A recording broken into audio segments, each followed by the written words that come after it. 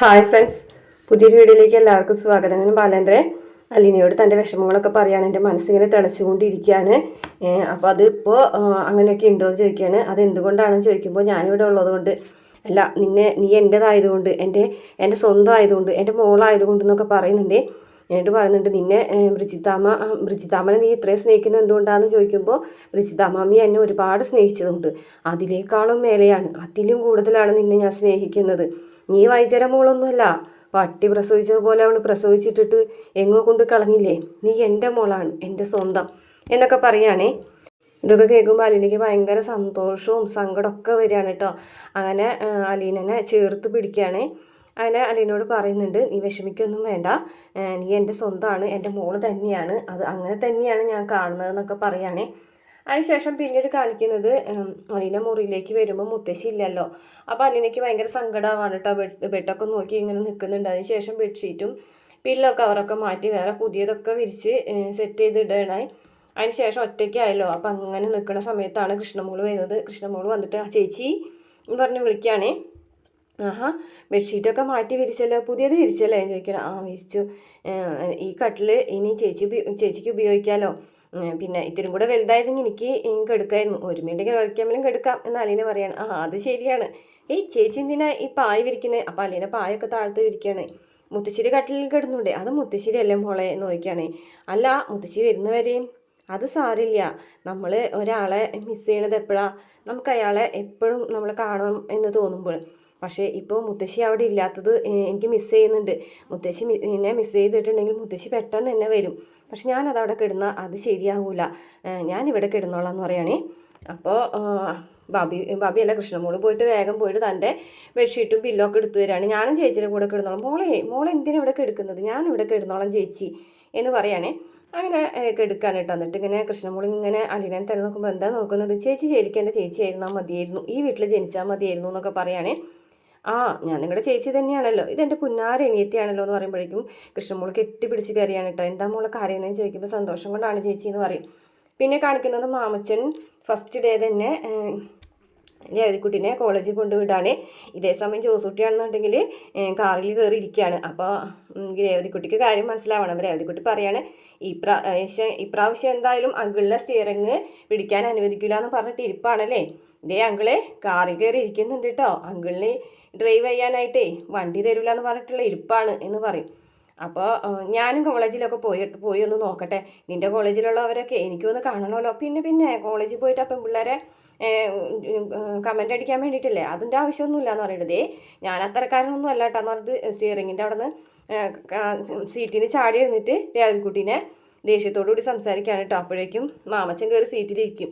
നോക്കുമ്പോൾ മാമച്ചൻ അവിടെ ഇരിക്കുന്ന കാണുമ്പോൾ ജോസൂട്ടി ആകെ ഞെട്ടിപ്പോകാണ് കേട്ടോ. കാരണം അവിടെ നിന്ന് എഴുതേക്കണ്ടെന്ന് വിചാരിച്ചിരുന്നാണ്.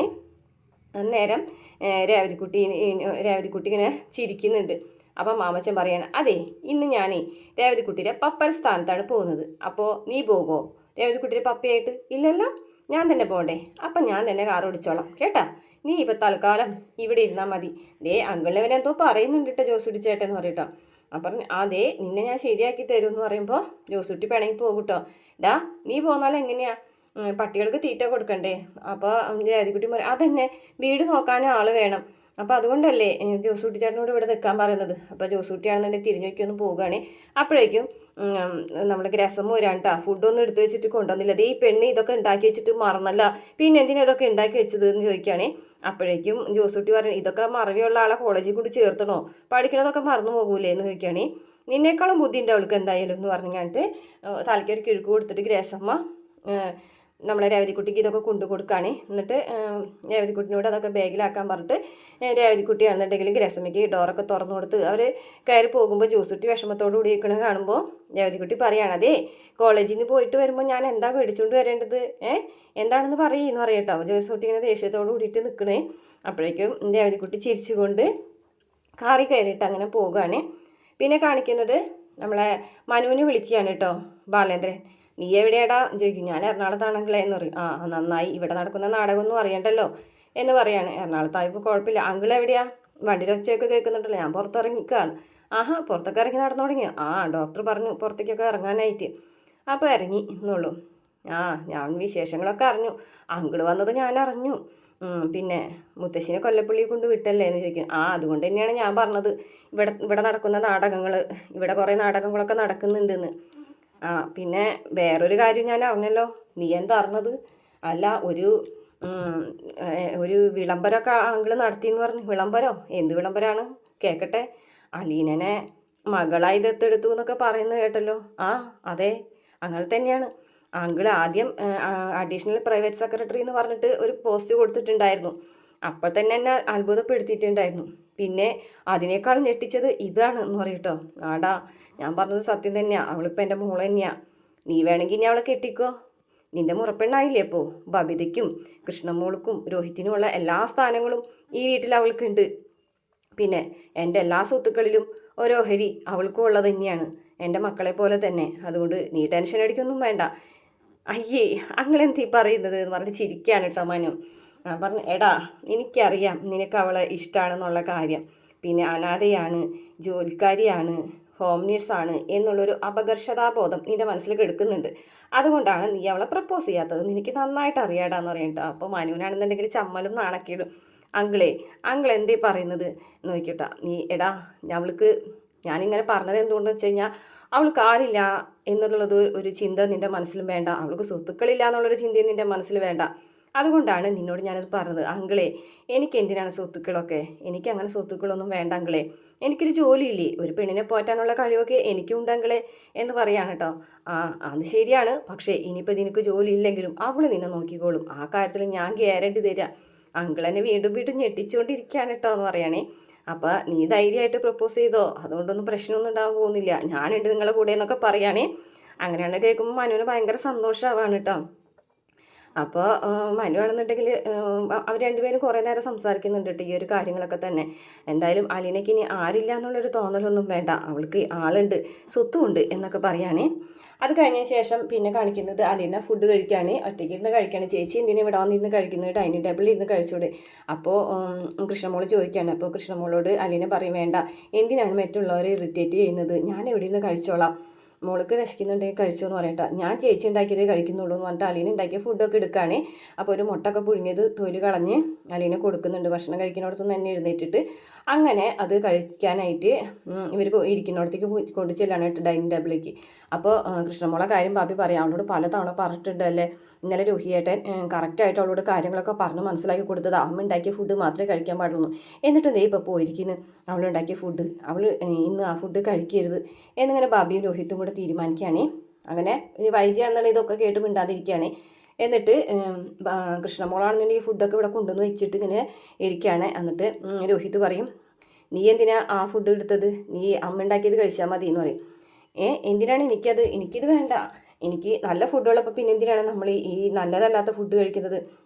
അപ്പോൾ ബാബി അറിയും, ഇന്നലെ നീ എന്നോട് രോഹിയേട്ടൻ കാര്യങ്ങളൊക്കെ പറഞ്ഞതല്ലേ, അമ്മയുടെ കൂടെ നമ്മൾ നിൽക്കണം, അമ്മ ഉണ്ടാക്കിയ ഭക്ഷണം മാത്രമേ കഴിക്കാൻ പാടുള്ളൂ എന്ന് പറയാൻ കേട്ടോ. എനിക്ക് അങ്ങനെ ഒന്നുമില്ല, എനിക്ക് ഇഷ്ടമുള്ള ഭക്ഷണം കഴിക്കും, എനിക്ക് ഈ ഭക്ഷണമാണ് ഇഷ്ടം, അതുകൊണ്ട് ഞാനിത് കഴിക്കുന്നു. രോഹിയേട്ടന് ഇഷ്ടമില്ലെങ്കിൽ രോഹിയേട്ടൻ കഴിക്കണ്ട, പക്ഷേ നീയും ഇത് കഴിക്കേണ്ട, അത് തന്നെയാണ് എൻ്റെ തീരുമാനം എന്ന് പറഞ്ഞതിന് ശേഷം രോഹിത് ആ പ്ലേറ്റ് എനിക്ക് കൈവയ്ക്കുമ്പോഴേക്കും ബാലേന്ദ്രൻ ഇങ്ങനെ വരികയാണ് കേട്ടോ. ബാലേന്ദ്രൻ വരെ രോഹിത് കാണുന്നില്ല. രോഹിത് ആ പ്ലേറ്റ് ഒറ്റ തട്ടണം കേട്ടോ. ഭക്ഷണവും ആ പ്ലേറ്റൊക്കെ ചെന്ന് ദൂരേക്ക് വീഴുകയാണ്. അപ്പോഴേക്കും ബാലേന്ദ്രൻ ഇത് വരിക, ഇങ്ങോട്ട് അകത്തേക്ക് വരും. ബാലേന്ദ്രൻ മുന്നിലേക്കാണ് അത് വന്ന് വീഴുന്നത്. ആലീനയും ഒച്ചയും ബഹളമൊക്കെ കേട്ടിട്ട് ഓടി വരുന്നുണ്ട്. അപ്പോഴേക്കും രോഹിത് ഇങ്ങനെ എഴുന്നേറ്റ് നിൽക്കുകയാണ്. എല്ലാവരും ഇങ്ങനെ പേടിച്ച് എഴുന്നേറ്റ് നിൽക്കണ്ട ബാലേന്ദ്രനെ കാണുമ്പോൾ. ബാലേന്ദ്രൻ രോഹിത്തിൻ്റെ അടുത്ത് വന്നിട്ട് മുഖത്ത് ആഞ്ഞടിക്കുകയാണ് കേട്ടോ. അപ്പോഴേക്കും വൈജയന്തി ആകെ ഞെട്ടിത്തെറിച്ച് എഴുന്നേറ്റ് നിൽക്കുകയാണ്. അടിക്കുന്നു വിചാരിച്ചിരുന്നില്ല. എന്നിട്ട് ചോദിക്കുന്നുണ്ട്, നീ എന്താടേ കാണിച്ചത്? നീ ഇപ്പോൾ ഈ കാണിച്ചതിൻ്റെ പേര് തെമ്മാടി തരന്നാണ്, അല്ലാതെ വേറെ ഒന്നും ഇതിന് പറയാൻ പറ്റില്ല. നീ എന്തേ കാണിച്ചത്? നീ കാശ് കൊടുത്ത് വാങ്ങിച്ച പ്ലേറ്റ് ആണത്. നീ അധ്വാനിച്ച് ഉണ്ടാക്കി കൊണ്ടുവന്ന കാശ് കൊണ്ട് വാങ്ങിച്ച ഭക്ഷണ സാധനങ്ങളാണിത്. നീ കഷ്ടപ്പെട്ട് പ്രിപ്പയർ ചെയ്ത ഫുഡാണോ ഇത്? അല്ലല്ലോ. അങ്ങനെയാണെന്നുണ്ടെങ്കിൽ മാത്രമേ നിനക്കിത് ചെയ്യാനുള്ള അവകാശമുള്ളൂ.